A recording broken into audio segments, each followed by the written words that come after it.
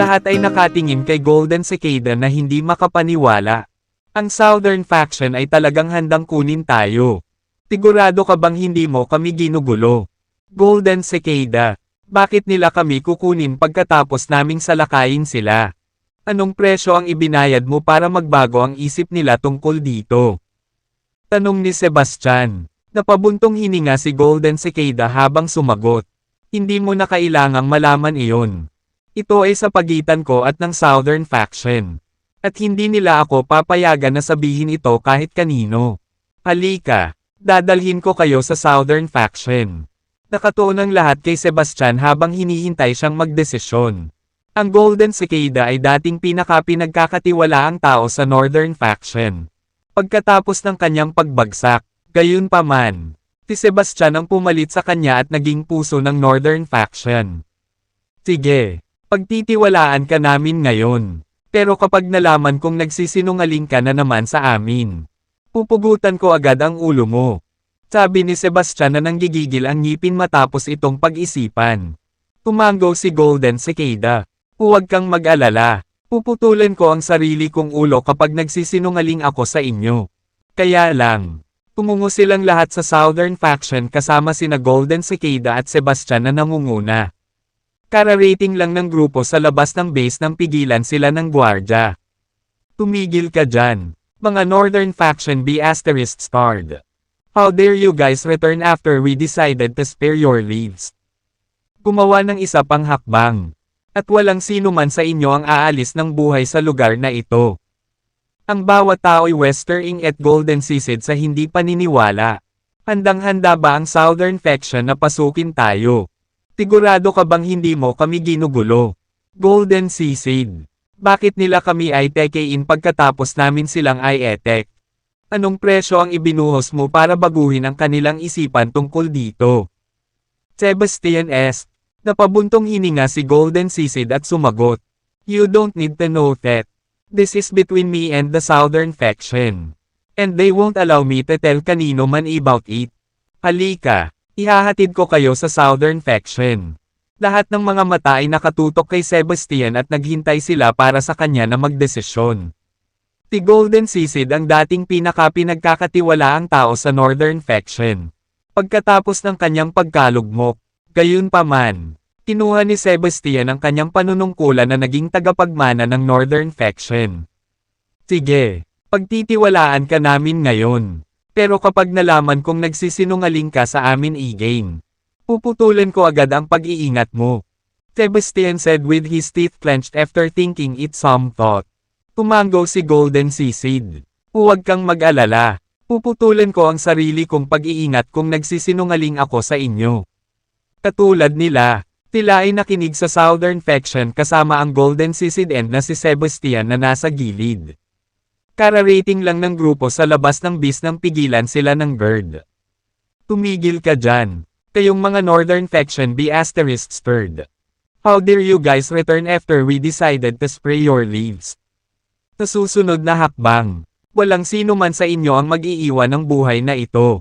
Ang lahat ay nag-iimbak ng Golden Cicada sa hindi paniniwala. Ang Southern Faction ay handang muli na kunin tayo. Sigurado ka bang hindi mo kami ginugulo? Golden Cicada, bakit nila kami isasama kapag na-out-out namin sila? Anong presyo ang ginawa mo para mabago ang isip nila tungkol dito? Sebastian asked. Napabuntong hininga si Golden Cicada as he replied. You don't need to know that. Ito ay nasa pagitan ko at ng Southern Faction. At hindi nila ako papayagan na sabihin ito kahit kanino. Halika, dadalhin ko kayo sa Southern Faction. Ang lahat ng mga mata ay nasa Sebastian o sila Whitehead para sa kanya na gawin ang desisyon. Ang Golden Cicada ang dating pinagkakatiwalaang tao sa Northern Faction. Pagkatapos ng kanyang downfall, gayunpaman, kinuha ni Sebastian ang kanyang posisyon at naging puso ng Northern Faction. Sige, pagtitiwalaan ka namin ngayon. Pero kapag nalaman kong nagsisinungaling ka sa amin, puputulan ko agad ang ulo mo. Sebastian Soid na may mga ngipin na nag-igting pagkatapos ng pag-iisip. Tumango si Golden Cicada. Huwag kang mag-alala. Puputulan ko ang ulo ko kapag nagsisinungaling ako sa inyo. Katulad ni Thought, Tumungo sila sa Southern Faction kasama ang Golden Sekodo o Sebastian na humahampas sa Woy. Kaka-rating lang ng group HUD sa labas ng boss nang pigilan sila ng board. Tumigil ka nga dyan. Kayong mga Northern Faction be asterisk swords. How do you guys return after we decided to spore your leaves? Gumawa ng isa pang hakbang. At walang sino man sa inyo ang aalis sa lugar na ito ng Olibo. Lahat ay nakatingin kay Golden Cicada na hindi makapaniwala. Ang Southern Faction ay talagang handang kunin tayo. Sigurado ka bang hindi mo kami ginugulo? Golden Cicada, bakit nila kami kukunin pagkatapos naming salakayin sila? Anong presyo ang ibinayad mo para magbago ang isip nila tungkol dito? Tanong ni Sebastian. Lumingon si Sebastian sa Golden Cicada at nagtanong. Hoy, Golden Cicada, anong nangyayari dito? Sebastian turned toward Golden Cicid and asked. Hoy, Golden Cicid, anong nangyayari dito? Paki-selm down. Sir, already made a deal ko kay Mr. Williams. We have agreed to submit to the Southern Faction and take a Mr. Williams side. Nakangiting sagot ni Golden Cicid. Ang guard ay medyo nagdududa. Ganun ba? Bakit hindi ko siya pinapansin? Pumunta ka kay Mr. Williams kung hindi ka naniniwala sa akin. Mungkahi ni Golden Cicid. Tere na kayo dito. I'll go ask Mr. Williams about this. Sabi ng guard pagkatapos itong pag-isipan. Pagkatapos, pumunta siya sa tirahan ni Dexter at sinabi sa kanya ang tungkol sa Golden Cicid na wakasan ang mga tao mula sa Northern Faction. Nagulat si Dexter nang marinig niya iyon. Sino ang mag-aakala na magagawang kumbansihin ng Golden Cicid ang maraming tao na sumali sa amin sa lalong madaling panahon? Pagkatapos ay head niya ang guard lead kanya Tower Golden Cicid tapusin ang iba. Natahimik ang mga taga-Northern Faction nang tahiin nila si Dexter. Magalang na yumuko si Golden Cicid at sinabi ni Dexter. I have brought everyone over. Mr. Williams, papasok tayo. Tinapos din ni Sebastian ang iba. Na kayo kong sinabi. Pakipasok kami. Mr. Williams. Tumango si Dexter. Sige, kung ganoon. Nandito ka pala. Ang mga miyembro ng Northern Faction ay tuwang-tuwa ng malakas bilang tugon. Dahil dito ka na magstay. Kakailanganin kita na gumawa ng trabaho para sa akin. Sabihin mo sa akin. May alam ba sa inyo kung paano pinuhin ang spiritol na bakal?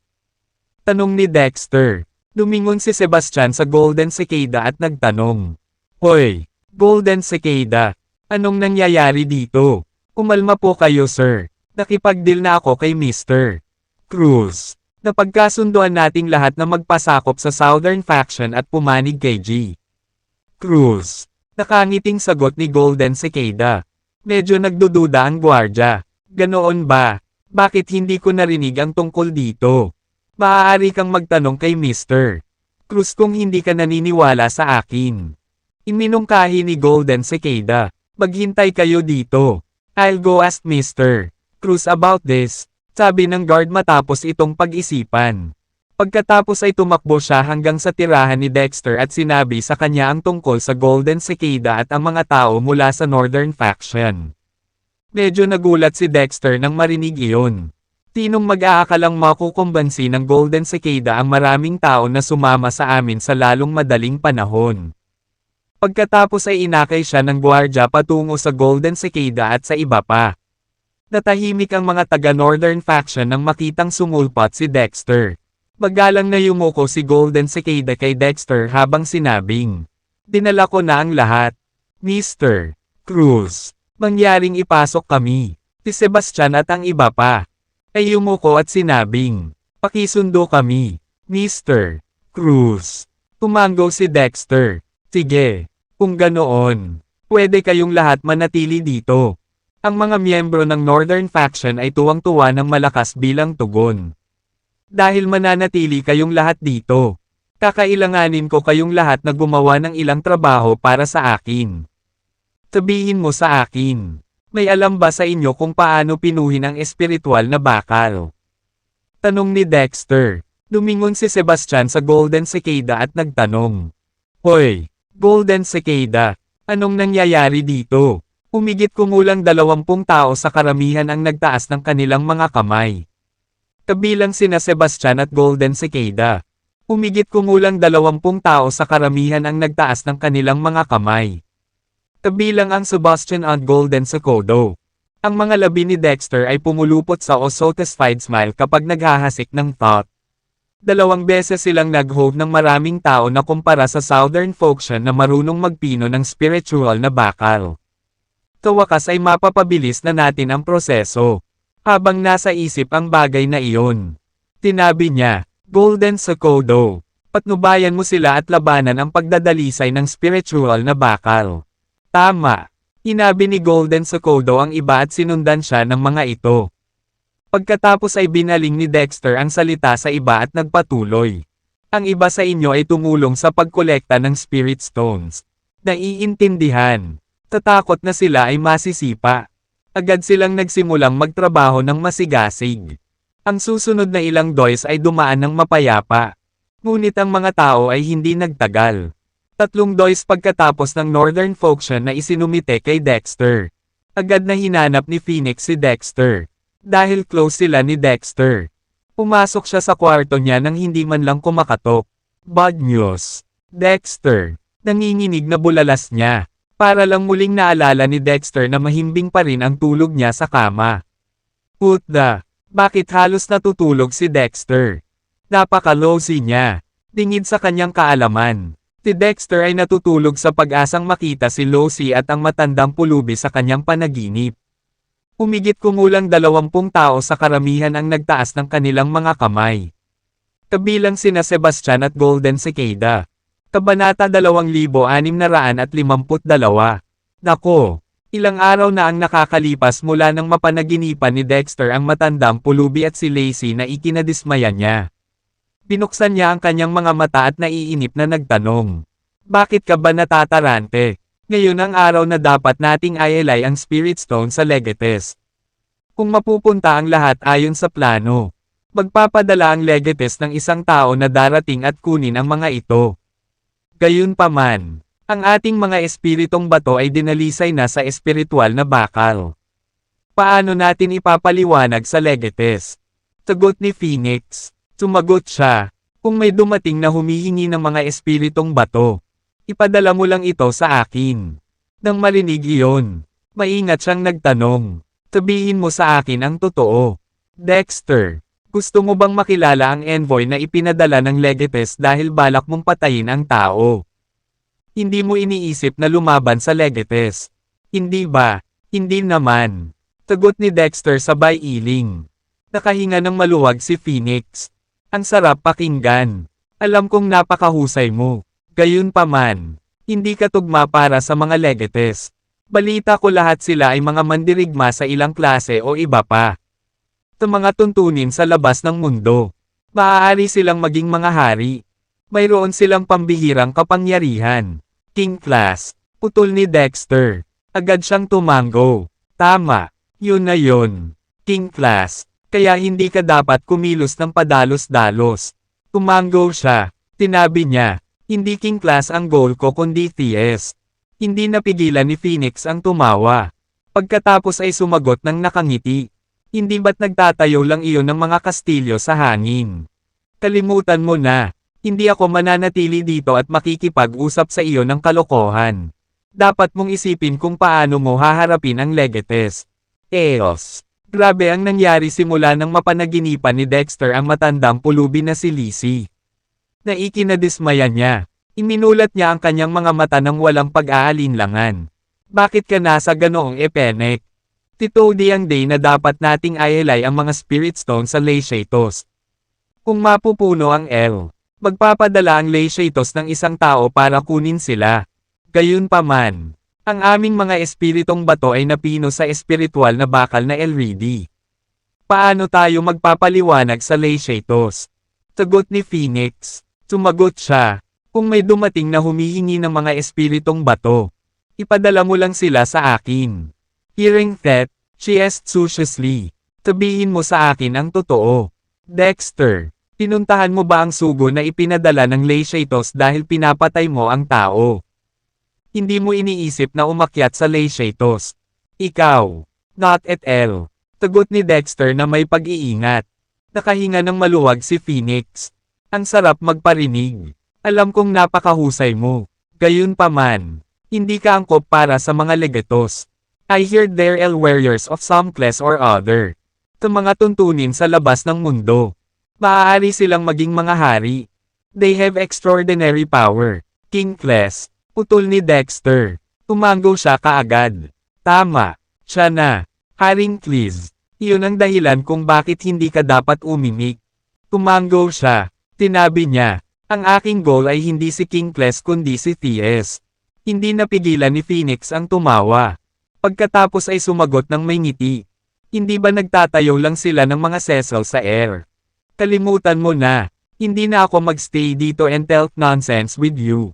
Dapat mong isipin kung paano mo haharapin ang Leyshatos. Oo. Ilang beses na rin simula ng panaginipan ni Dexter ang matandang pulubi kay Losi. Naikinabigo niya. Iminulat niya ang kanyang mga mata at mahinang tumango. Bakit ka ganyan? Titudoy ang doy na dapat nating ialay ang Spirit Stone sa Legotes. Kung mapupunta as planned, ang Legotes ay magpapadala ng isang tao na dumating at kunin ang mga ito. Gayunpaman, ang aming mga espiritong bato ay napino sa spiritual iron already. Paano tayo magsasaliksik sa Legotes? Sagot ni Phoenix. Sumagot siya. Kung may dumating na humihingi ng mga espiritong bato, ipadala mo lang ito sa akin. Pouring thought, she asked cautiously. Tell me the truth, Dexter. Nakasanayan mo bang makipagkita sa sugo na ipinadala ng Legotes dahil balak mong patayin ang tao? Hindi mo iniisip na umakyat sa Legotes. Ikaw ba? Not at all. Sagot ni Dexter sabay iling sa ulo. Nakahinga ng maluwag si Phoenix. Masarap pakinggan. Alam kong napakahusay mo. Gayunpaman, hindi ka match para sa mga legotos. Nabalitaan ko na sila ay nag-aalala ng ilang mga malapit o iba pa. Sa mga tuntunin sa labas ng mundo, maaari silang maging mga hari. They have extraordinary power. King Claus, putol ni Dexter. Tumango siya kaagad. Tama, yun na yun. King Claus, kaya hindi ka dapat mag-October Rushly. Tumango siya. Tinabi niya, hindi si King Claus ang gusto ko kundi si T.S. Hindi napigilan ni Phoenix ang tumawa. Pagkatapos ay sumagot ng nakangiti. Hindi ba't nagtatayo lang ng mga cosplay sa war? Kalimutan mo na. Hindi ako magpapakatanga dito at magsasabi ng kalokohan sa iyo. Dapat mong isipin kung paano mo gagawin ang Legotes. Nako, ilang araw na ang nakakalipas mula nang mapanaginipan ni Dexter ang matandang pulubi at si Lacey na ikinadismaya niya. Natural. Hindi siya naniniwalang seryoso si Dexter. T.S., sa palagay mo ba ay kakayanin mong pukawin si T.S.? Hindi ka karapat-dapat na maging lingkod ni T.S. Literally, hindi siya naniniwalang seryoso si Dexter. T.S., sa palagay mo ba ay kayang-kaya mong pukawin si T.S.? Hindi ka man lang kwalipikadong maging lingkod ni T.S. With that, lumingon siya sa live. Beat. Biglang nag-sell out si Dexter. Napalingon si Phoenix sa dulo ng kanyang mga landas para tingnan siya. May iba pa ba? Pumarap ito sa kanya. Pagkatapos ay iniunat niya ang kanyang noo. Katutubo. Tinigilan siya nito. Hoy! Ano sa tingin mo ang ginagawa mo? Hindi siya pinansin. Pinakiusapan niya ang kanyang hand sa ibabaw ng kanyang pag-iintindi sa dulo at pinuri. Huwag kang gumalaw. Palibhasa'y natakot sa kanyang masculine ear. Masunurin siyang tumayo. Hinayaan siyang hawakan ang kanyang pansin. First time kong makipag-close sa mga lalaki. Hindi. Pangalawang beses ko na. Ang unang west ng hawakan ni Dexter ang kamay ko nang pilit na tumulong sa paglilinis ng sugat ko. Ganito ba ang pakiramdam na hinahaplos ng marahan? Pakiramdam ko. A little moved and medyo kinakabahan. Nanigas ang katawan niya. She was at a complete loss for what to do and ay hindi man lang alam kung saan iluluwal ang kanyang hands. Bakit niya ako hinahaplos? Tama bang ipagtapat niya sa akin ang kanyang nararamdaman? Paano ako dapat tumugon? Dapat ko bang tanggapin ang nararamdaman niya? Iisipin ba nila na masyado akong matapang? O tatanggihan ko siya? Paano kung saktan siya ng pagkabigo ay haad lang siya sa patuloy na paghabol sa akin? Oh, dilema ito. Natural. Hindi siya naniniwalang seryoso si Dexter. T.S. Tapalagay mo ba ay kakayanin mong pukawin si T.S.? Hindi ka karapat-dapat na maging lingkod ni T.S. With that, tumalikod na siya para umalis. Maghintay. Biglang tumawag si Dexter. Huminto si Phoenix sa kanyang kinatatayuan at lumingon sa kanya. May iba pa ba? Lumapit ito sa kanya. Iniunat ang isang braso patungo sa kanyang noo. Katutubo. Pinigilan siya nito. Hoy! Ano sa tingin mo ang ginagawa mo? Hindi siya pinansin. Ipinatong niya ang kanyang kamay sa ibabaw ng kanyang ulo at nag-utos. Huwag kang gagalaw. Dahil sa pananakot sa kanyang panlalaking aura. Masunurin siyang tumayo. Hinayaan siyang hawakan ang kanyang ulo.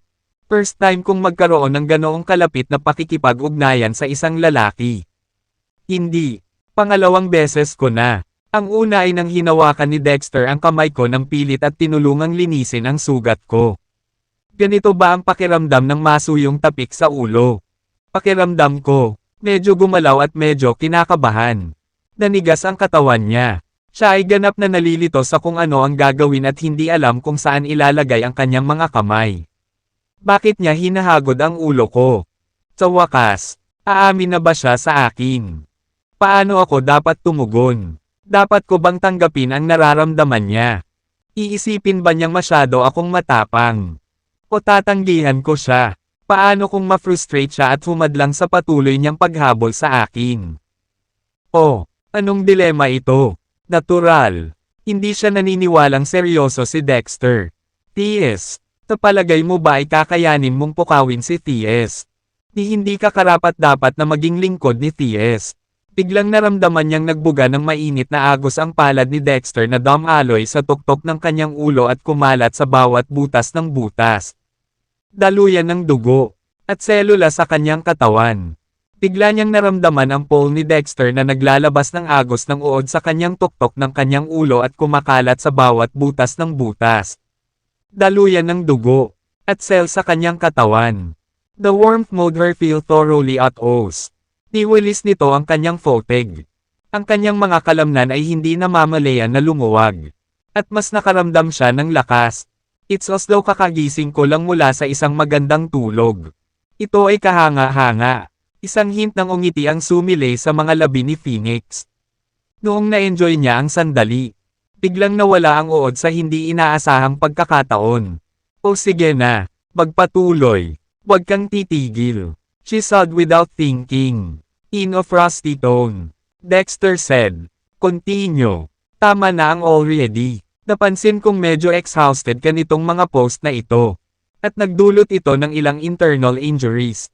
Kaya naman, ginamit ko ang aking lakas para iwaksi ang lakas ng dork sa iyong katawan.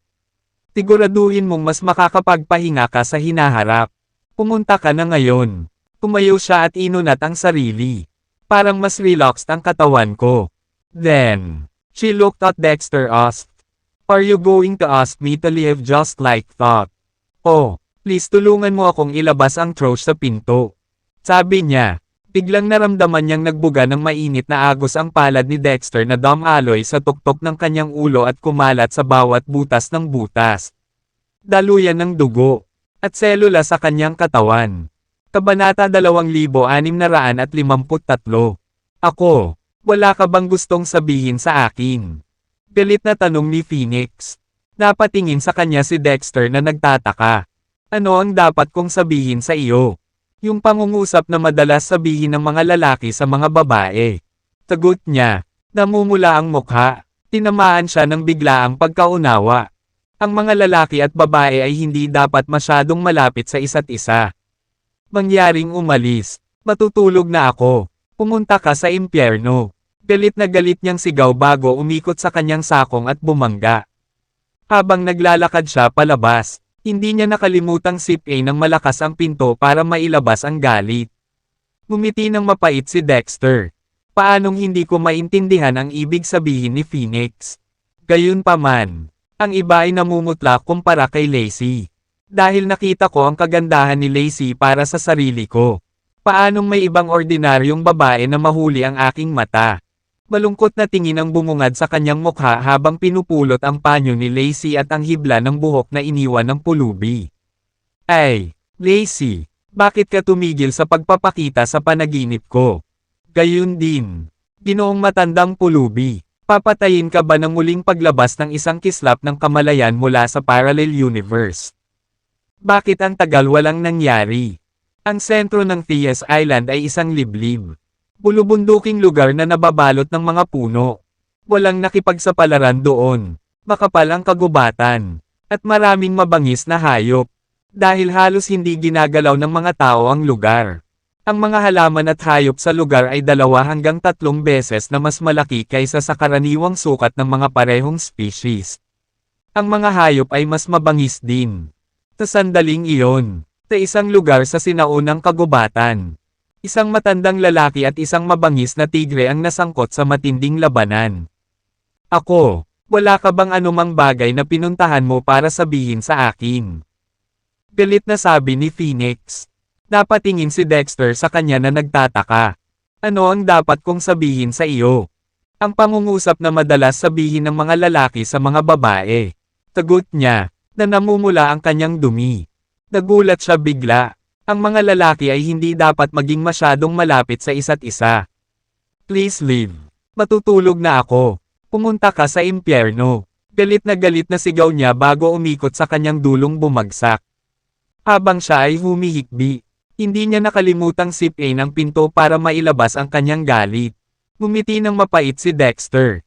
Paanong hindi ko maintindihan ang pagkikita ni Phoenix? Gayunpaman, ang iba ay nagpaylace bilang paghahambing kay Lacey. Nakita ko ang kagandahan ni Lacey para sa sarili ko. Paanong natitigan ako ng mga ordinaryong babae? Isang masamang tingin ang tumawid sa kanyang dumi at pinulot niya ang panyo ni Lacey na tinapos ang strand ng tagapagmana na naiwan ng pulubi. Ay, Lacey, bakit ka tumigil sa pag-iipiling sa panaginip ko?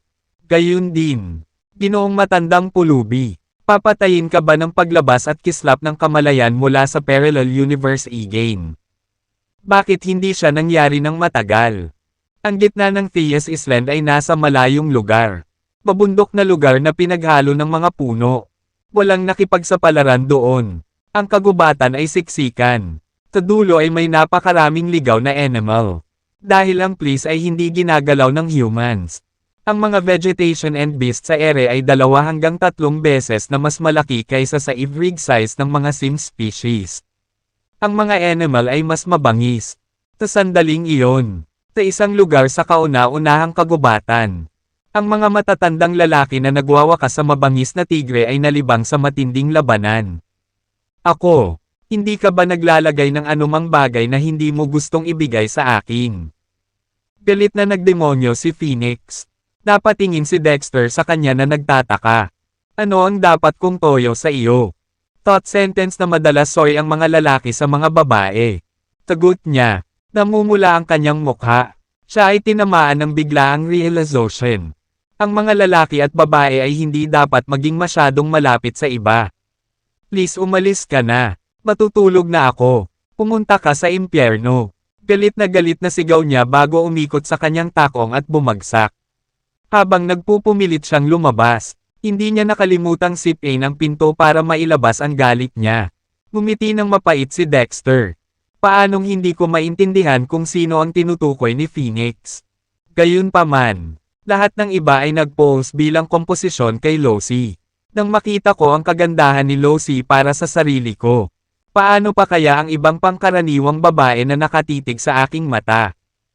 Isang masamang tingin ang bumungad sa kanyang mga mata nang kinuha niya ang panyo ni Lacey at ang strand of war na naiwan ng pulubi. Ay, Lacey, bakit ka tumigil sa pagbibiro sa panaginip ko? Gayun din, ginoong matandang pulubi, papatayin ka ba ng pagpapakawala o kislap ng kamalayan mula sa universo ng Portal Ogoen? Bakit walang nangyari ng napakatagal?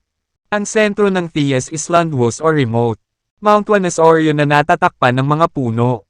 Walang nakipagsapalaran doon. Ang kagubatan ay siksik, at mayroong maraming ligaw na omimol.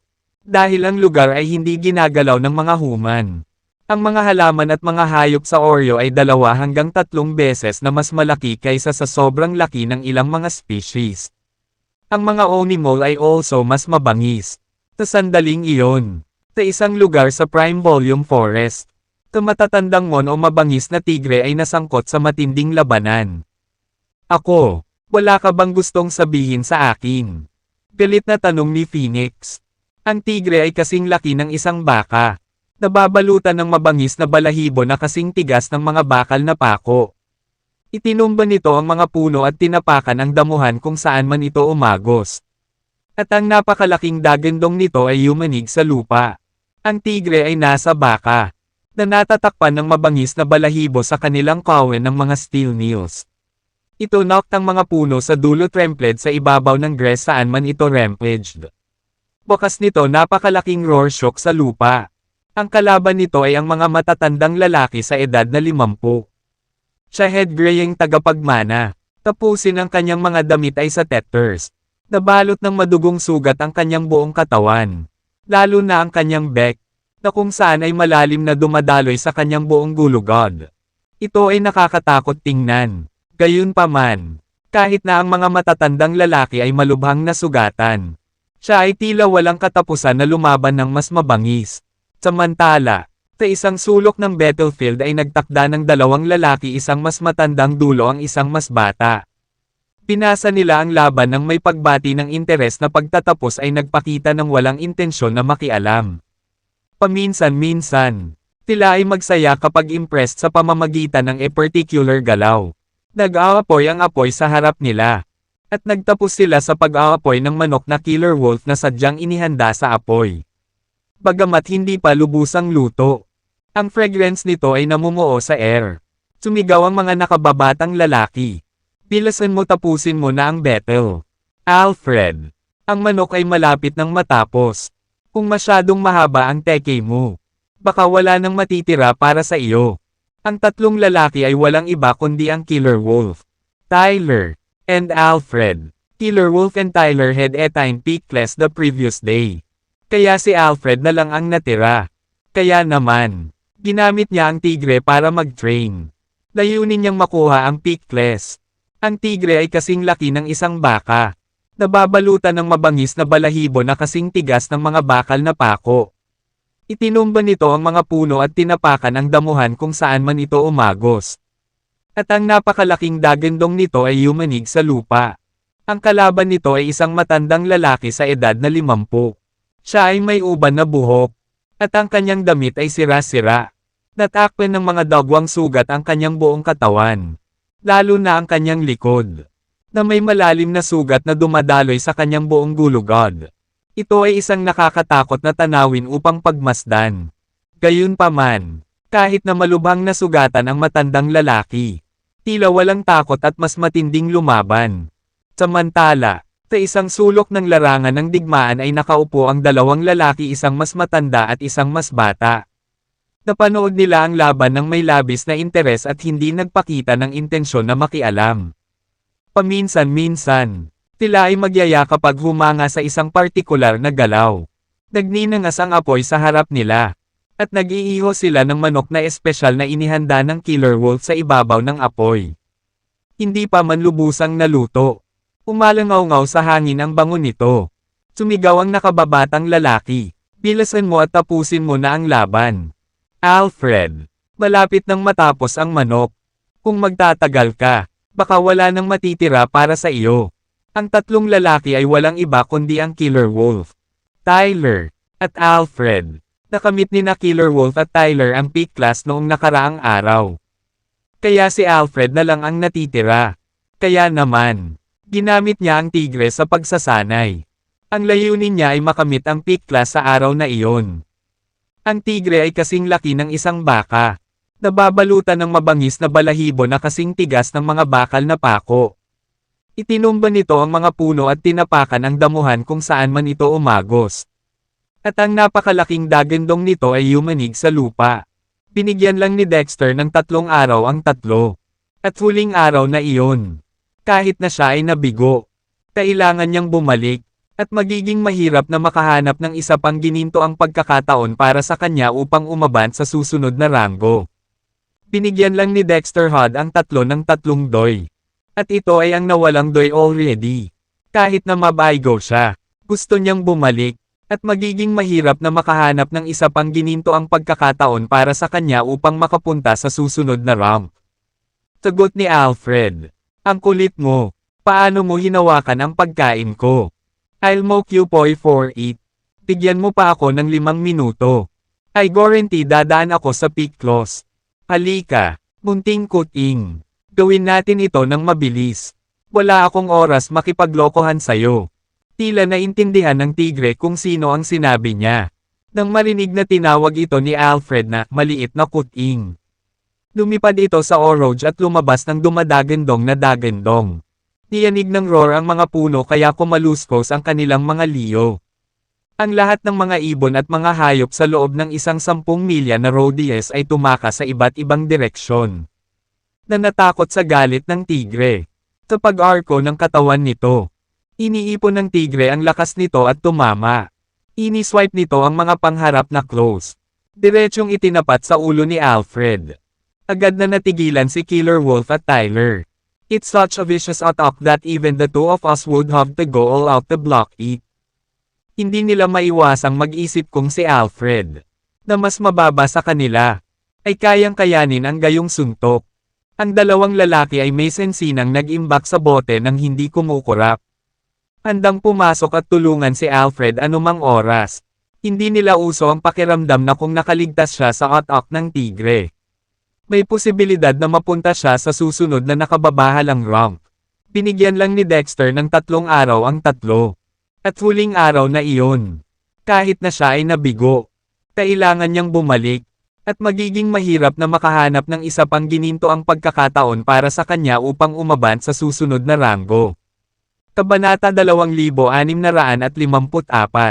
Kung hindi niya ito makayanan. Gayunpaman, malamang na siya ay mamamatay. Napasimangot si Alfred. Killer Wolf. Tyler, you two of you better stay out of my fight. Little Kitty. Tapos na ang laban. Dahil doon, pumalun si Alfred patungo sa mabangis na tigre. Loko ka. Napasigaw si Killer Wolf habang namumutla. Hindi siya makapaniwala na susubukan ni Alfred na pigilin ang pagsalakay ng mabangis na tigre gamit ang sariling katawan. Baliw siya.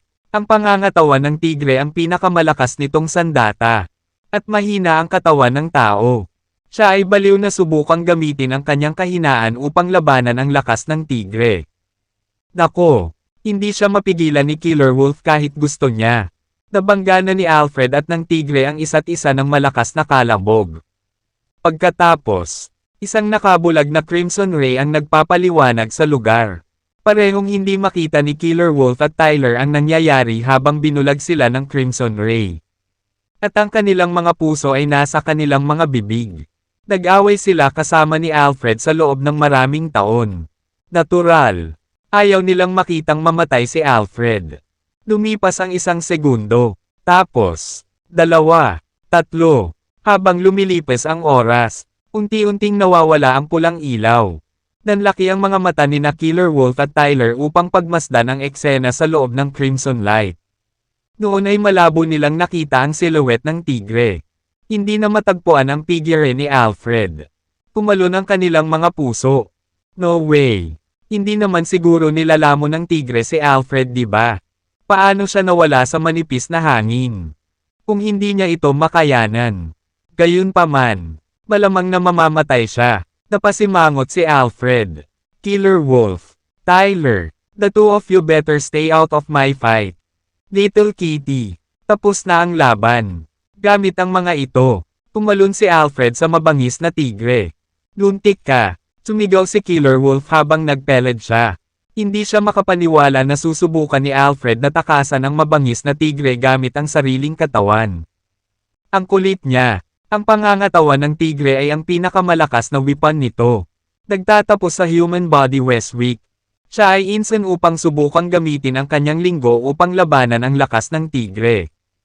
Eos. Hindi siya napigilan ng Killer Wolf kahit na pumunta siya. Alfred and the Tigerhead already bumangga sa isa't isa ng malakas na kalabog. Pagkatapos, pinaliwanagan ni Blinding Crimson Ray ang Eri. Parehong Killer Wolf ay hindi nakita ni Tyler ang Wet West Hepenang habang binulag sila ng Crimson Ray. And ang kanilang mga hearts ay nasa kanilang mga bibig. Ilang taon silang nag-away ni Alfred. Literally, hindi nila pinuntahan si Alfred na mamatay. Lumipas ang 1 segundo. Tapos, 2, 3, habang lumilipas ang oras, unti-unting nawawala ang pulang ilaw. Killer Wolf and nanlaki ni Tyler ang kanilang mga mata upang pagmasdan ang eksena sa loob ng Crimson Light. Pagkatapos ay tinahi nila ang silhouette ng tigre. Ang figure ni Alfred ay hindi na matagpuan. Ang kanilang mga hearts lurched. No way. Hindi kaya nilalamon ng tigre si Alfred. Diba? Paano siya nahiwalay sa manipis na air? Kung hindi niya ito matiis. Gayunpaman, malamang na mamamatay siya. Napasimangot si Alfred. Killer Wolf. Tyler, mas mabuting umalis na kayong dalawa sa laban ko. Little Kitty. Tapos na ang laban. Sa pamamagitan ng thought, Alfred leaped toward ang mabangis na tigre. Loko ka. Ang mamamatay na lobo ay sumigaw sa kanyang poste. Hindi siya makapaniwala na susubukan ni Alfred na palayasin ang mabangis na tigre gamit ang sariling katawan. Siya ay Crozzy. Ang pangangatawan ng tigre ay may pinakamalakas na sandata nito. At ang katawan ng tao ay nasa linggo. Siya ay baliw na subukang gamitin ang kanyang kahinaan upang labanan ang lakas ng tigre. Alos, hindi siya mapipigilan ng Killer Wolf kahit sanay na siya. Si Alfred and the Tigerhead already ay nabangga ng isa pa sa pamamagitan ng malakas na kalabog. Pagkatapos, pinaliwanagan ni Blinding Crimson Ray ang Oreo. Parehong hindi nakita ni Killer Wolf at Tyler kung sino ang umaakyat habang binulag sila ng Crimson Ray. At ang kanilang mga puso ay nasa kanilang mga bibig. Naglaban sila sa tabi ni Alfred sa loob ng maraming taon. Dr. Rowley. Hindi nila sanay na makitang mamatay si Alfred. Lumipas ang 1 segundo. Tapos, 2, 3. Habang lumilipas ang oras, unti-unting nawawala ang pulang ilaw. Nanlaki ang mga mata ni Killer Wolf on Tyler para pagmasdan ang eksena sa loob ng Crimson Light. It was pagkatapos sila ay vogally naghahasik ng silhouette ng tigre. Ang figure ni Alfred ay hindi matagpuan. Lumakas ang kanilang mga puso. No way. Hindi kayang lumunin ng tigre si Alfred. Diba? Paano siya na-disappeared sa manipis na war? Kung hindi niya ito makayanan. Gayunpaman, malamang na siya ay mamamatay. Nang nataranta ang dalawa sa eksena, biglang sumabog ang tigre na nasa himpapawid. Ang kasama ng dumadagandong na tunog ay mga piraso ng dagwang laman na tumalsik kung saan-saan. Right as the two was confounded by the scene. The tiger that was in mid-air exploded all of a sudden. Ang wetsim na may dumadagandong na tunog ay mga pira-pirasong dagwang laman na nagkalat sa lahat ng dako. Pagkatapos nito, ang figure ng human ay lumitaw sa lugar kung saan ang tigre ay nag-hover. Walang iba kundi si Alfred. Isang matapang na pag-iisip ang pumasok sa Killer Wolf na nagwakas sa isipan ni Tyler. Nakapasok lang ba si Alfred sa stomach end ng tigre kaya sumabog ito mula sa loob? Siya ay napakatapang. Si Alfred, na hindi gumagalaw sa air, ay nagsimulang magmuni-muni. Bumantong hininga si Killer Wolf. Tama na, matanda. Itigil ang pagsisikap na palamig ito. Nanalo ka na. At that, Tyler quietly asked, Killer Wolf, do you sense that? Lalong lumalakas ang kapangyarihang pinalalabas niya. Ipinikit ni Killer Wolf ang kanyang mga mata at nakatutok sa kanyang sentido. Tapos, sumigaw siya. Tama ka. Ang ibaut ng matandang ito para umangat sa susunod na antas. Kumuha tayo ng e-way sa kanya. Ang pagpasok sa Peakless ay magbibigay ng banal na parusa. Huwag na tayong makialam dito.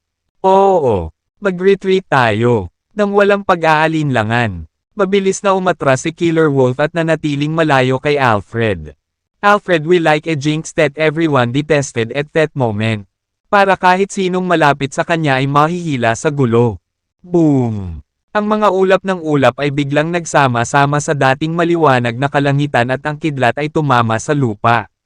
Dahan-dahang iminulat ni Alfred ang kanyang mga mata. Kitang-kita ang malamig na kislap sa loob nito. Nang nataranta ang dalawa sa eksena, biglang sumabog ang tigre na nasa himpapawid. Ang kasama ng dumadagandong na tunog ay mga piraso ng dagwang laman na tumalsik kung saan-saan. Pagkatapos nito, lumitaw ang figure ng isang tao sa lugar kung saan umaaligid ang tigre. Ito ay walang iba kundi si Alfred. Isang matapang na pag-iisip ang pumasok sa isipan ni Killer Wolf at Tyler. Nakapasok lang ba si Alfred sa tiyan ng tigre at naging dahilan ng pagsabog nito mula sa loob? Pambihira siyang matapang. Si Alfred, na hindi gumagalaw sa hangin, ay nagsimulang magnilay. Bumantong hininga si Killer Wolf. Tama na, matanda. Itigil ang pagsisikap na i-play ito ng cool.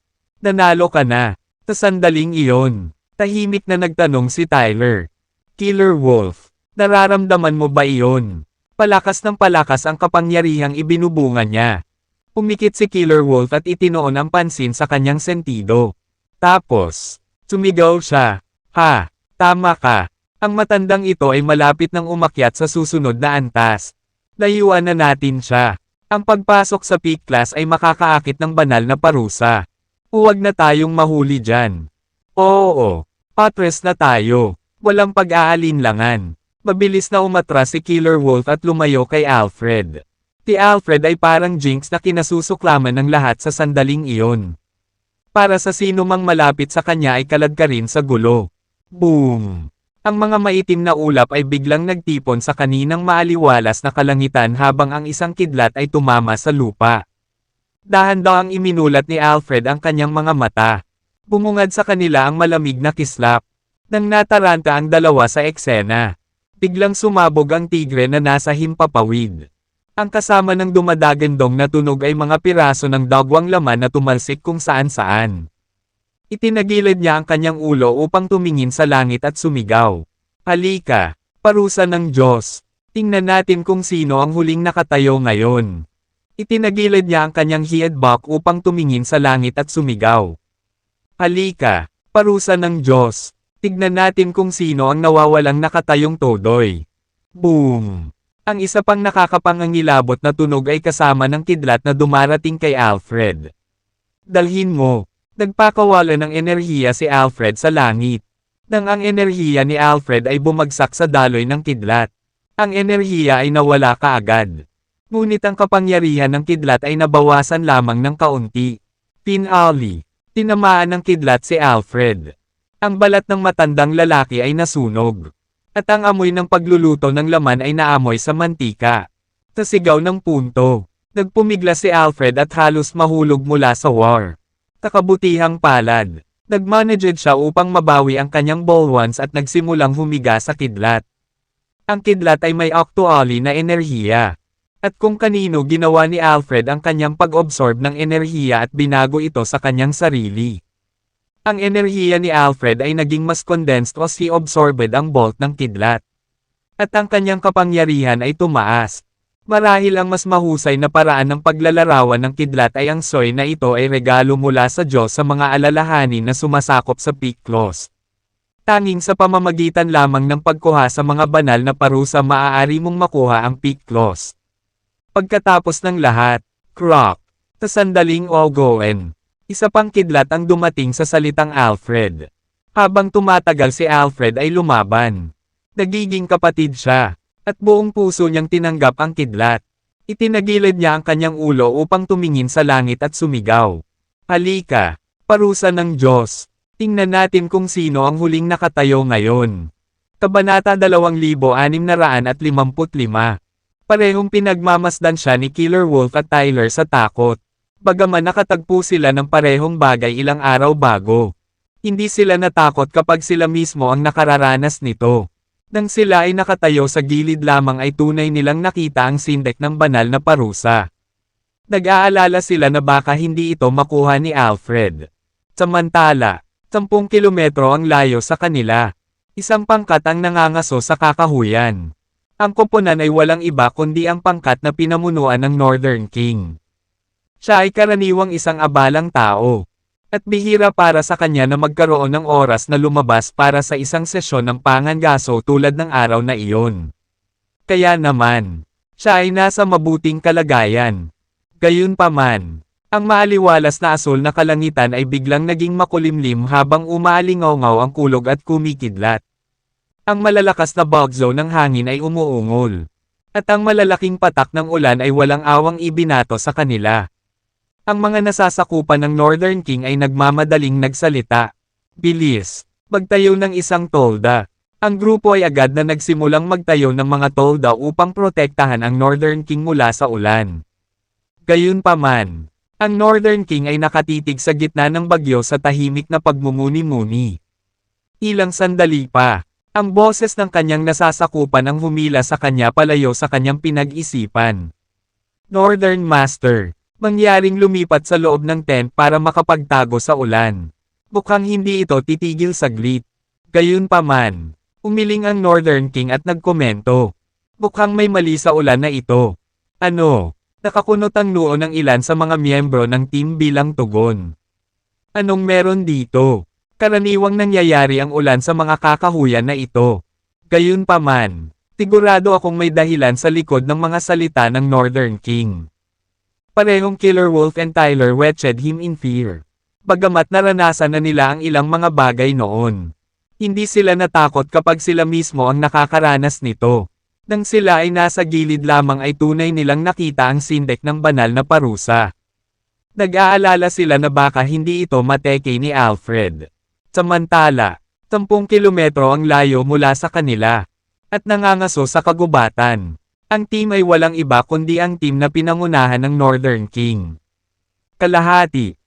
Siya ay madalas na abala sa mga lalaki. Pagkatapos ay nagre-risk siya para bigyan siya ng oras para makinig sa sesyon ng pangangaso tulad nila. Kaya naman, siya ay nasa a particularly good mood. Gayunpaman, ang malinaw na asul na kalangitan ay biglang naging madilim at ang kulog ay umalingaw-ngaw sa pagtatapos ng kidlat. Ang malalakas na bugzo ng hangin ay umungol. Walang awang ibinato ang mga patak ng endlers ng rain sa kanila.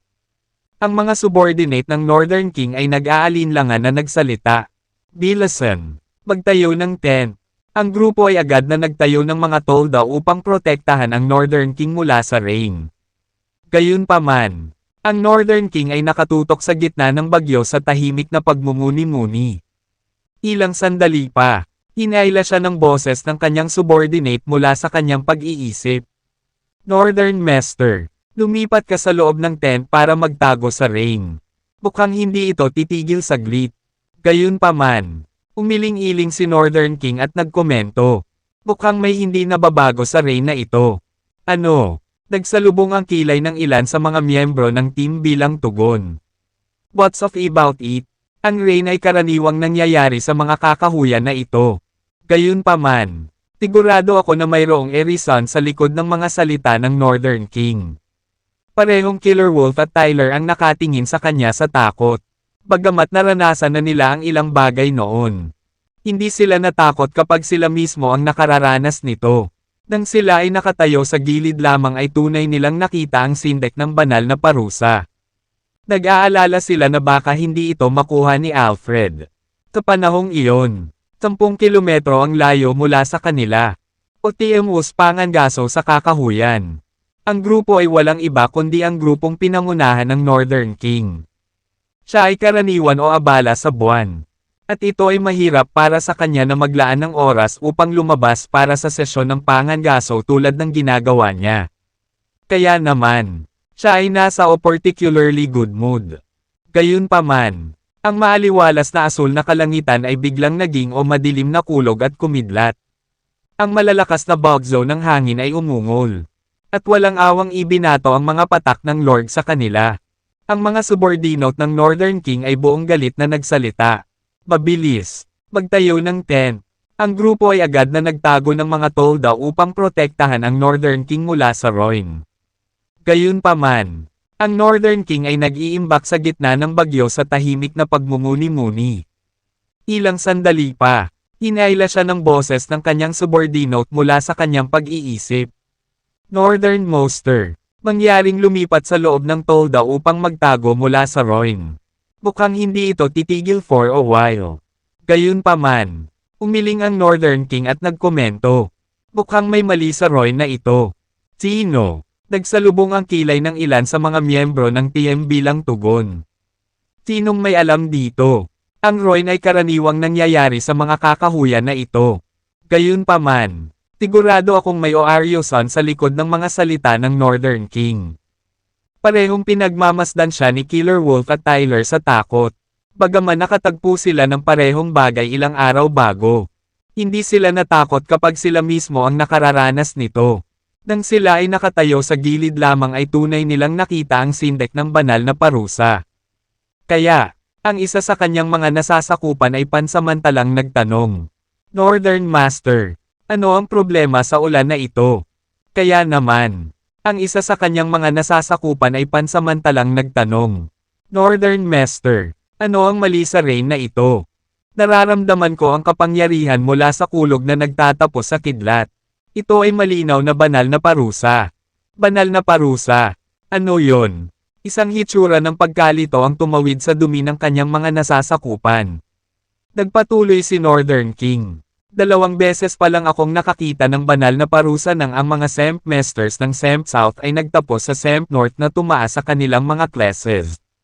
Maaaring ito ay ang ibout ng ibang tao upang reach Semp Master class. Sino kaya ito?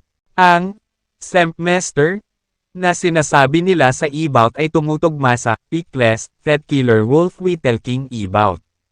Nang marinig ang mga salita ng Northern King, ang kanyang mga nasasakupan ay labis na nabigla sa kaibuturan. Hindi sila makapaniwala na may ibang tao na magiging Semp Master. Kung ito ay ang Siz, ang ikatlong Semp ay maaaring itatag sa TS Island. Sa sandaling iyon, isang ideya ang pumasok sa isip ni Northern King. First come, first serve. Kung hindi ako nagkakamali, ako dapat ang unang makakaalam ng ibout ng isang tao na pumasok sa Semp Master. Makikinabang ako sa pag-curry fever sa bagong Semp Master kung Ekfest ako. Oo, ang lakas ng gagawin ko. Matapos mapag-isipan ang kanyang isip, tinabi ng Northern King sa kanyang mga subordinates. Makikilala ko ngayon ang bagong Semp Master. Dito kayong lahat. Mabilis na sinabi ng kanyang mga nasasakupan. Northern Master, Papihid is the primeval forest where the beasts rule. Kung makikinig ka doon mag-isa, ikaw ay nasa danger. Hayaan mo kaming sumama sa iyo. Sa gayon, kung ano man ang mangyayari, matutulungan ka namin. Kaya, ang isa sa kanyang mga nasasakupan ay pansamantalang nagtanong. Northern Master, ano ang problema sa ulan na ito? Nararamdaman ko ang kapangyarihan mula sa kulog at kidlat. Ito ay malinaw na banal na parusa. Banal na parusa. Ano yan? Baka sa mukha ng kanyang mga nasasakupan ang pagkalito. Nagpatuloy ang Northern King. 2 beses pa lang akong nakakita ng banal na parusa nang ang mga Camp Masters ng Camp South at Camp North ay sumulong sa kanilang mga klase. Maaaring may ibang tao na papasok sa klase ng Camp Master. Sino kaya ito? Ang Camp Master na pinag-uusapan nila ay tumutugma sa peak class na tinutukoy ng Killer Wolf. Nang marinig ang mga salita ng Northern King, ang kanyang mga nasasakupan ay nabigla sa kaibuturan. Hindi sila makapaniwala na may iba na palang magiging Camp Master. Kung iyon ang kaso, maaaring magtayo ng ikatlong kampo sa TS Island. Sa sandaling iyon, isang ideya ang pumasok sa isip ng Northern King. First come, first serve. Kung hindi ako nagkakamali, ako dapat ang unang makakaalam na may asenso sa isang Camp Master. Makikinabang ako sa pabor sa bagong Camp Master kung mabilis akong kumilos. Oo, iyon ang gagawin ko. Pagkatapos magdesisyon, tinabi ng Northern King sa kanyang mga subordinate. Makikilala ko ngayon ang bagong Camp Master. Dito na lang kayong lahat. Mabilis na sinabi ng kanyang mga nasasakupan. Northern Master, kaunahan ay ang primeval forest kung saan namumuno ang mga hayop. Kung mag-isa kang pupunta doon, nasa panganib ka, hayaan mo kaming sumama sa iyo. Kung ganoon, kung may mangyari man, matutulungan ka namin. Kaya, Ang isa sa kanyang mga nasasakupan ay pansamantalang nagtanong. Northern Master, ano ang problema sa ulan na ito? Nako, tinanggihan ni Northern King ang alok nila. Ayos lang. Ako na mismo ang pupunta doon. Alos, tinanggihan ni Northern King ang kanilang alok. Ayos lang. Ako na mismo ang pupunta doon. Gayunpaman, iginiit ng kanyang mga subordinates. Northern Master, kinakatawan mo ang buong Northern Faction ngayon. Kung may mangyayari sa iyo, ang Northern Faction ay pipiliin din ang Onihaloshen. Mangyaring pag-isipang mabuti ito at hayaan mo kaming sumama sa iyo. Sa gayon, huminga si Northern King. Sino ang matter? Nagdududa ka ba sa kakayahan ko ngayon? Ang galit ng Northern King ay natakot sa mga nabubuhay na doylight sa kanyang mga subordinates. Tila ay nasa sabik na sumagot. Nagkakamali ka, Northern Master. Hindi namin sinasadya. Kung ganon, to'y dito at huwag mo akong sundan. Sa pamamagitan ng thought, Northern King liuped sa War Odyssey sa period mula sa kanilang mga linya ng paningin. May uso Aryosan para sa Northern King na huwag hayaang sumunod sa kanya ang kanyang mga nasasakupan. Papohied was sentrong distrito ng Thies Island, kung saan walang sino man ang pumapasok kahit si Legotes. Sa makatuwid, siya ay aktualis ni Eli sa distrito. Kung magsama siya ng masyadong maraming tao, ito ay masyadong halata, at malapit na silang parusahan ng Camp Master ng Camp North. Pangalawa, gugustuhin niyang magpakumbaba kapag nakilala ang bagong Camp Master. At hindi niya sanay na makita iyon ng kanyang mga nasasakupan. Ang pagpapahintulot sa kanyang mga subordinates na makita ang kanyang masunurin na manner ay makakasira sa kanyang prestihiyo.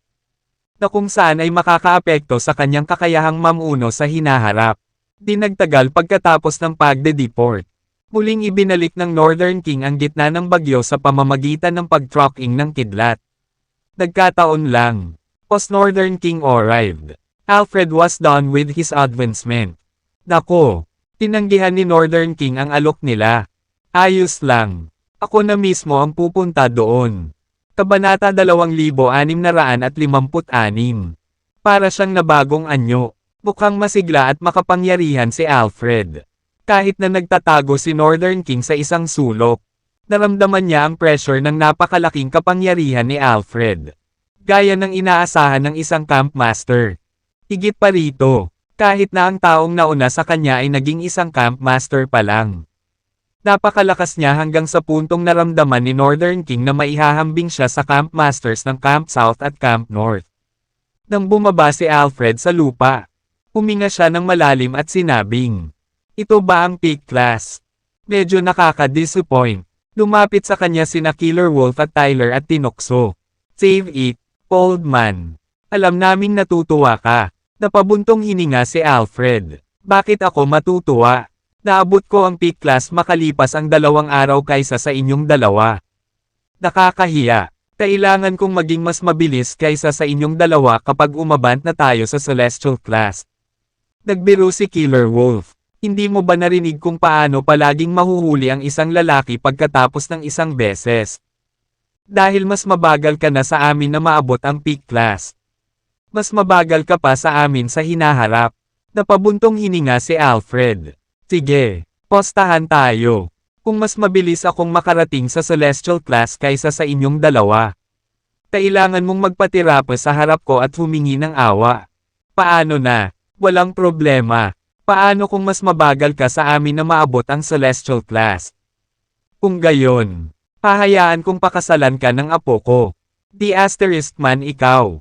Nagmura si Killer Wolf. "Tigilan mo na ang paghila sa paa ko. Ang pangit mo. Matanda. Duda ako na mas magaling ang apo mo kaysa sa iyo. Walang paraan na sasabihin kong oo iyon." Pumalaklak si Alfred. "Sana hindi ka magsisi sa mga sinabi mo. Ang ganda talaga ng apo ko. At napakaraming lalaki ang nanliligaw sa kanya." Tumawa si Killer Wolf. "Ano ang apo mo? Ice cream sa tag-araw. Bakit ang daming interesado sa kanya?" Galit na sabi ni Alfred. "Shot it. Papatayin kita kapag nagpatuloy ka sa pagbubuga ng kalokohan." Natulala si Northern King na nagtatago pa sa palitan. "Oh my goodness. Hindi naman ako nagkamali ng dinig, di ba? Ang tatlong ito ay pawang mga mandirigma ng peak class. Ang peak class na pinag-uusapan nila ay ang level ng Camp Master namin. So, tatlong Camp Masters lang ang lumabas sa TS Island. Nagiging kawili-wili ang mga bagay. Kung ang tatlong Camp Masters na ito ay lalabas sa publiko, ang Camp North at Camp South ay tiyak na tatama. Dahil ang tatlong Camp Masters na ito ang bubuo ng pinakamakapangyarihang camp sa TS Island. Kung magtrabaho sa ilalim nila, magkakaroon ako ng magandang kinabukasan. Habang siya ay nag-iisip tungkol sa mga bagay na iyon, ang galit na boses ni Killer Wolf ay biglang naglakbay sa kanyang mga tainga. Tumigil ka sa pagtatago. Nagpaplano ka bang magtago hanggang sa kaladkarin kita palabas dito? Tadteren ka, at ipakain sa mga hayop. Sa nangyari, napansin na ng Killer Wolf ang Northern King. Gayunpaman, ang huli ay mahina at walang banta sa kanila. Kaya hindi siya pinansin ng Killer Wolf hanggang sa sandaling iyon. Bumilis ang tibok ng puso ni Northern King sa kanyang boses. Nako, natuklasan na nila ako. Agad siyang tumayo at sinabing, lalabas na ako. Lalabas na ako ngayon. Mangyaring huwag magalit. Mga sir, hindi ako kaaway mo. Ang lakas ay ang pinakamahalaga sa TS Island. Kung mas malakas ang isa, mas mataas ang katayuan ng isa sa isla ng TS. Sa makatuwid, iginagalang ng lahat ang mga mas malakas kaysa sa kanila. Sandaling pinag-aralan ng Killer Wolf ang Northern King. Sino ka? Bakit ka palihim na nagtago sa lilim? Ano ang motibo mo? Mabilis na sumagot ang Northern King. Mga ginoo, ako ang Northern King, ang commander ng Northern Faction. Tumawa si Tyler. Ha? How dare you call yourself a king in front of us? Mabilis na inayos ni Northern King ang sarili. Mga sir, huwag po kayong magalit. Northern King lang ang tawag sa akin ng mga subordinate ko. Please call me Nori instead. Walang pag-aalinlangan. Tinabi ni Alfred. Nori, bakit ka nagtago sa anino? Naramdaman kong umaasenso ka na sa antas ng Camp Master. At nag-aalala ako na ang mga halimaw at iba pang hamak na tao ay makagambala sa iyong pagsulong. Kaya naparito ako upang protektahan ka upang umunlad ka sa kapayapaan. Napangisi si Alfred. Legates ka lang. Paano mo ako maaalay ng proteksyon? Tinusubukan mo bang ipahiya ako? Ang Northern King ay tame time na umiling. Hindi pwede. Sir, ito ay isang hindi pagkakaunawaan. Sagot ni Alfred. Dahil wala kang pasok dito. Bakit nandito ka pa? Magwala ka. Sa pagkakataong iyon, biglang sinabi ng Northern King. Sir, I just remember that I have something to report to you about. Kabanata 2657. Ang Killer Wolf ay umungol. Iluwa mo ito. Lahat kayo naging Camp Masters. At ayon sa rules ng TS Island, pinapayagan kayong bumuo ng camp. Higit pa rito, ang isang legion at isang centuria ay kinakailangan upang bumuo ng isang kampo. Kung kailangan mo ng aking tulong, mangyaring huwag mag-atubiling magtanong ng anuman mula sa akin. Gagawin ko ang aking makakaya upang matulungan kang maitatag ang iyong mga kampo. Nagtataka na ba ang ulong si Killer Wolf? Kaya ang Camp Master ay isang taong nasa peak class. Kapag nasa peak class na ako, makakabuo na ako ng sarili kong camp. Kaya, kung magiging Camp Master ako, pinapayagan ba akong makilala si TS ng personal? Sumagot ang Northern King. Hindi naman. Sa pamamagitan lamang ng pag-aalok ng pinakamahusay na banal na sandata sa panahon ng worship ceremony ay magkakaroon ng karapatang makilala si TS. Tumango si Killer Wolf habang iniisip niya iyon. Sige, naintindihan ko na. Na-dismiss ka. I'll contact you kung may kailangan ako. Gayun din, hindi ka pinapayagang sabihin sa sino man ang tungkol sa amin. Kapag may nalaman itong iba maliban sa iyo, papatayin kita at ang iyong legion. Siyempre, umatras si Northern King habang masiglang tumango. Huwag po kayong mag-alala. Mga sir, dadalhin ko ang sikretong ito sa aking libingan. Walang paraan na sasabihin ko kahit kanino ang tungkol sa pangyayaring ito. Paano kung subukan ng ibang mga legates na kunin ang aking lugar sa pagtatrabaho sa tatlong Camp Masters na ito? Magiging masama iyon sa akin. Samantala, ang Killer Wolf at ang dalawa pa ay nakikipag-usap sa kanilang lakas. Killer Wolf, sabihin mo, dapat ba nating alisin ang taong ito? Kalimutan mo na, isa pa rin siyang Legates. At siya ang commander ng Northern Faction. Mayroon siyang tiyak na ranggo sa lipunan sa TS Island. Ang kanyang kamatayan ay haantong sa isang kaguluhan. Kung si TS ay magsisimulang bigyang pansin ito at masusubaybayan ito hanggang kay Dexter. Sa halip ay magdurusa tayo. Samasang-ayon ako. Dahil nanumpa siya na hindi siya magsasalita tungkol dito at ibunyag ang aming pag-iral. Hahayaan namin siyang mabuhay ng mas matagal. By the way, sa tingin mo ba dapat tayong magtayo ng camp? Tere na at tanungin ang Great Marshal para sa kanyang opinyon tungkol dito. Samantala, bumalik si Northern King sa kanyang mga nasasakupan. Siya ay nasa mabuting kalooban. Dahil ang pakikipagkita niya sa tatlong camp masters ay isang kapaki-pakinabang. Gayunpaman, tinalubong siya nang makitang nagkukumpulan ang kanyang mga nasasakupan, na nagdulot ng kaguluhan. Anong problema? Malakas na tanong ni Northern King. Mabilis na pumwesto sa maayos na linya ang kanyang mga nasasakupan bago sumagot. Northern Master, Third Guard ay tinamaan ng kidlat at nahimatay. Kasalukuyan naming binibigyan siya ng pangunang lunas. Nang hayaan ni Northern King na lumipad ang kanyang mga mata patungo sa walang malay na Third Guard. Hindi niya napigil ang mapabuntong hininga. Tunay na makapangyarihan ang Camp Masters. Ang parusang naakit niya ay nagpasunog ng isang normal na mandirigma sa isang malutong. Pagkatapos, yumuko si Northern King at kinuha ang pulso ni Third Guard bago suriin ang kanyang mga sugat. Isang bit mamaya, umiling siya at bumantong hininga. Kalimutan mo na, hindi natin siya matutulungan. Kahit na mayroon kaming mga mapagkukunan upang iligtas ang kanyang buhay. Siya ay magiging baldado magpakailanman. Johnny, bilasan mo siya. Oo naman. Ang isang gwardya na nagngangalang Johnny ay humakbang pasulong. Nang maramdaman ang kanyang nalalapit na kamatayan. Isang surge of strength ang nagpakita sa katawan ni Third Guard at nagbigay sa kanya ng sapat na lakas para pumiga. Iligtas mo ako. Iligtas mo ako. Ako. Hindi ako pwedeng mamatay ngayon. Kakasamaang palad. Ang espada na nasa mga kamay ni Johnny ay bumaba na. At naputol ang ulo ni Third Guard. Ang mga mata ni Third Guard ay kasing laki ng mga platito. Na nakatitig kay Johnny ng masama. Napabuntong hininga si Johnny. Huwag mo akong sisihin dito. Ginagawa ko lang ito para sa ikabubuti mo. Hindi ka magagaling. At mas lalo kang magduruso kung mananatili kang buhay. Magpahinga na.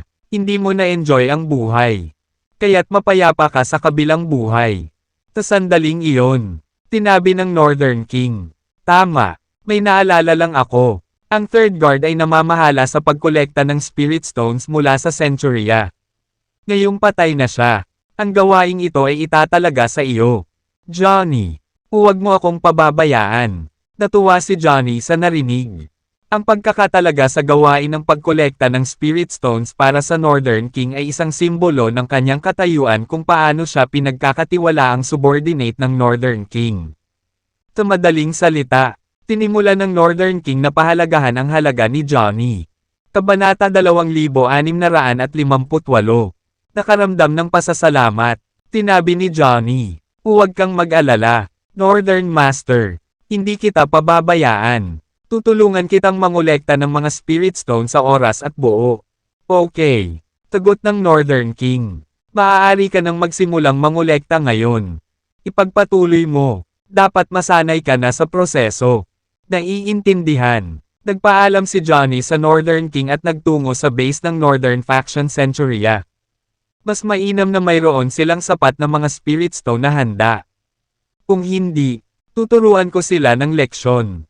Dahil bago ako, dapat kong ipakita sa kanila kung ano ako.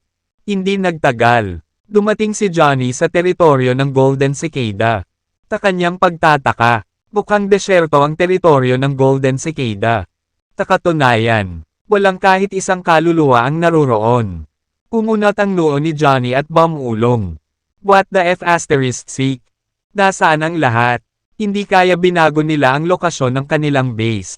O maaaring lumabas na silang lahat para mangolekta ng Spirit Stones. Imposibleng baguhin nila ang lokasyon ng kanilang base. Kakailanganin nilang ipaalam ng maaga kay Legates. Gayunpaman, tapalagay ko ay hindi bumisita si Centuria kay Legates kamakailan. Mukhang hindi rin sila nangongolekta ng Spirit Stones. Imposibleng kolektahin nila ang lahat ng miyembro nila ng Spirit Stones at walang iwanan upang bantayan ang kanilang base. Naramdaman ni Johnny na may mali. Kaya maingat siyang pumasok sa base ng Northern Faction Centuria. Habang naglalakad siya, mas kakaiba ang mga nangyayari. Hindi lang nagmumukhang desyerto ang base. Parang ninakawan pa. Chitty. Ninakawan ba ng Southern Faction ang Northern Faction? Gayunpaman, sa tingin ko ang Southern Faction Centuria ay mas mahina kaysa Northern Faction Centuria. Kaya naman, hindi pwede iyon. Ano ang ginagawa ng Golden Cicada? Anong nangyari dito? Sa sandaling iyon, pumasok sa isip ni Johnny ang training room ng Golden Cicada. Karaniwang ginugugol ng Golden Cicada ang oras na ito ng taon sa silid ng pagsasanay. I wonder kung nandyan siya ngayon. Sa sandaling iyon, walang ideya si Johnny kung nasaan ang sino man. Kaya naisip niya na ang silid ng pagsasanay ay ang tanging lugar na maaari niyang puntahan. Gayunpaman, nagkaroon siya ng mental breakdown nang dumating siya sa training room. Wala na doon ang training room ng Golden Cicada. Ngunit sa lugar kung saan ito dati, natagpuan ni Johnny ang isang buong tumpok ng mga pinutol na ulo sa lupa. Ang nakitang hindi mabilang na pinutol na ulo na kabilang sa Northern Faction Centuria ay nagpalamig sa gulugod ni Johnny. At siya ay nagkakaroon ng goosebump sa buong katawan. Sino ang gumawa nito? Sino ang gumawa nito? Southern Faction. How dare you? Nanginginig ang boses ni Johnny. Gusto ba nilang makipagdigma sa Northern Faction? Ayos lang. Southern Faction. Dahil gusto mong mamatay. Ibibigay ng Northern Faction ang hiling mo. Hindi nakakagulat. Sinisi ni Johnny ang lahat sa Southern Faction. Halo-halong damdamin ang nararamdaman niya. At isang hindi maipaliwanag na kalungkutan ang bumalot sa kanya. First time ko lang mangolekta para sa Northern King. Sinong mag-aakala na mangyayari ito? Samantala, ang Southern King, ang commander ng Southern Faction Legion, ay nagpadala rin ng emissary para mangolekta ng Spirit Stones mula sa Southern Faction Centuria. Ang pinadala niya ay kilala bilang Speedy. Magaling siya sa kanyang mga paa. At isa siya sa pinakamabilis na tumakbo sa paligid.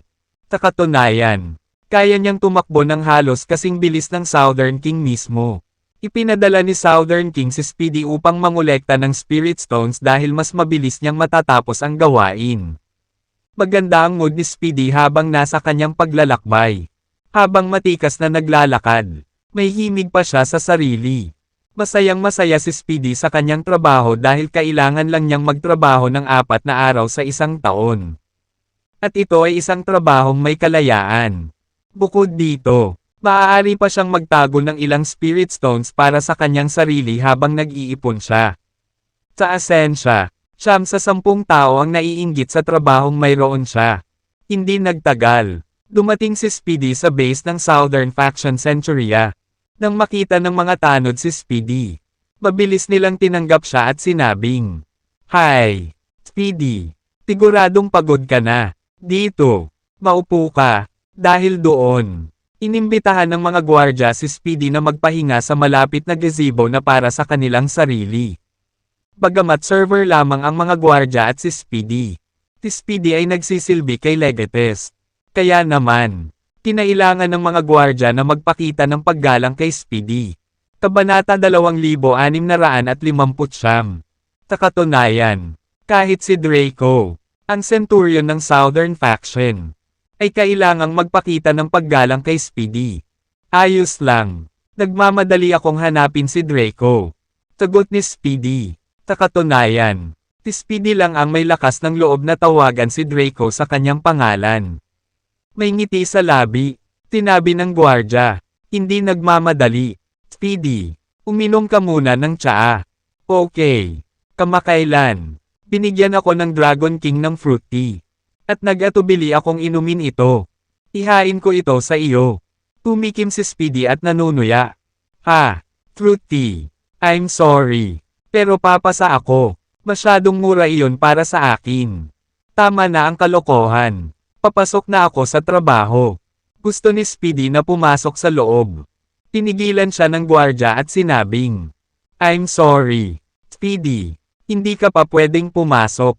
Ano? Binigyan ni Speedy ang gwardya ng may pagdududa at nagtanong. May lugar ba sa distrito ng Centuria na hindi ako makapasok? Awkward na ngumiti ang guard. Well, eto na ang deal. Speedy, may bagong panuntunan sa Southern Faction Centuria. Kahit sinong gustong pumasok, kailangan muna niyang batiin ang pinuno at humingi ng pahintulot sa pinuno na makapasok. Mangyaring maghintay ng ilang sandali. Ipapaalam ko sa pinuno ko ngayon. Direktang utos iyon ni Draco sa mga gwardya. Kahit na sumakay si Speedy sa Southern Faction at agawin ang Spirit Stones. Hindi maglalakas loob si Draco at hindi niya mapigilan si Speedy. Sa makatuwid, ito ay isang mas matalinong pagpili na makipag-ugnayan kay Dexter at hayaan si Dexter na makipag-ugnayan kay Speedy. Sampal. Biglang naghatid ng mahigpit na sampal si Speedy sa mukha ng guard. Malakas ang sampal kaya namula ang pisngi ng gwardya. At dumudugo ang labi. Pwede na ba akong pumasok? Malamig na tanong ni Speedy. Kinagat ng gwardya ang kanyang mga ngipin at pinunasan ang dugo sa gilid ng kanyang bibig. I'm sorry. Pero hindi mo kaya. Sampal. F***. Tinampal ulit ni Speedy ang guard. Paano ngayon? Hindi umaatres ang guard. Kailangan ko pa munang ipaalam sa pinuno ko. Sampal. Sampal. Sampal.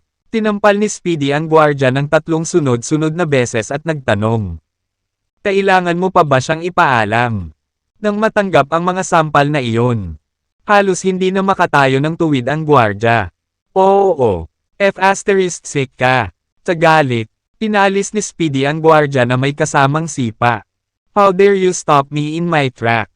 Pagod ka na siguro sa buhay. Pagkatapos ay pinunasan ni Speedy ang kanyang mga kamay at pumasok sa loob. Gayunpaman, ang ilang gwardya ay mabilis na hamarang sa kanyang daraanan ng isang hakbang pasulong siya. Ang mga gwardya ay gumawa ng isang human shield at nagsalita. Pakiusap, tumigil ka dyan.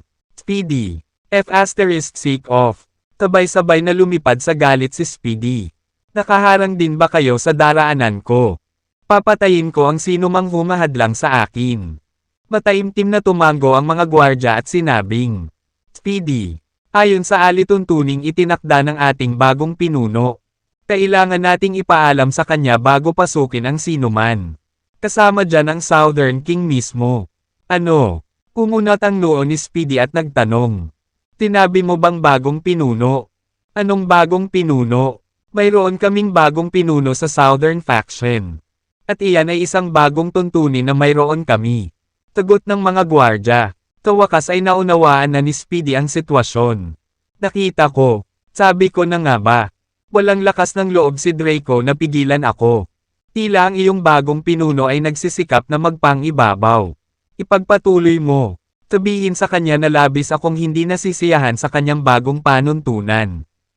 Gusto kong pumunta siya dito at humingi ng tawad sa akin bago ay abolish ang bagong panuntunan. Kayo naman. Umalis kayo sa harap ko. Nang makitang susugod na si Speedy sa lugar, agad siyang pinigilan ng mga tanod. Nang walang sabi-sabi, tinimulan silang bugbugin ni Speedy at pinalipad ang ilan sa kanila. Tino sila sa akala nila? Tinusubukan ba nila akong pahirapan? Mangarap pa. Pumasok si Speedy sa base ng Southern Faction at naglakad patungo sa lugar ng imbakan ng Spirit Stone ng Southern Faction Centurion. Nang papunta na siya doon, may napansin si Speedy na kakaiba. Napakaraming hindi pamilyar na mukha sa base. At tila dumami din ng kalahati ang bilang ng mga tao.